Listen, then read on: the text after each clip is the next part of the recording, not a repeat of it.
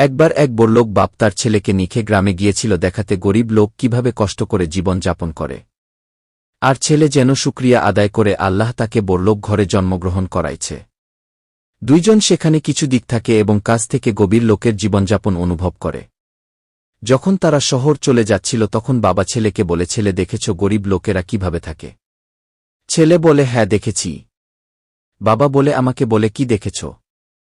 ছেলে বলে, আমাদের কাছে একটি মাত্র কুকুর আছে আর ওদের অনেকগুলো কুকুর আছে, আমাদের একটি মাত্র গরু আছে আর ওদের অনেকগুলো গরু আছে, আমাদের গোসল করার জন্য একটি সুইমিং পুল আছে আর ওদের অনেক বড় নদী আছে, আমরা দুধ কিনে খাই আর ওরা দুধ দুয়ে খাই, আমরা সবজি কিনে খাই, ওরা নিজেরা চাষ করে খাই, আমরা সম্পত্তি বাঁচানোর জন্য বড় বড় দেওয়াল দিয়ে রাখি, আর ওদের অনেকগুলো বন্ধু আছে। ধন্যবাদ বাবা আমাকে দেখানোর জন্য আমরা কত গরিব। বাবা আশ্চর্য হয়ে যায়। টাকা পয়সায় সব সুখ কেনা যায় না। কিন্তু এই না যে জীবনে টাকা পয়সার গুরুত্ব নেই।